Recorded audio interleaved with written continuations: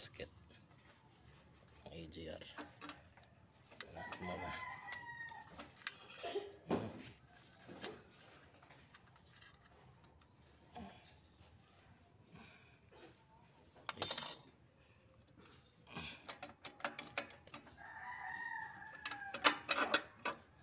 Okay.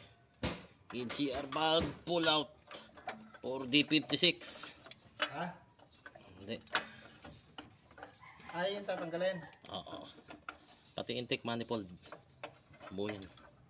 Aray ko, init. Yung malaki na yan? Oo. Ang Kailangan. mahirap tanggalin yan. Ayan ang gawa. Kailangan gawin. Ito yung AGR valve ng 4D56. Ayan o. Oh. Ayan. Dumi na.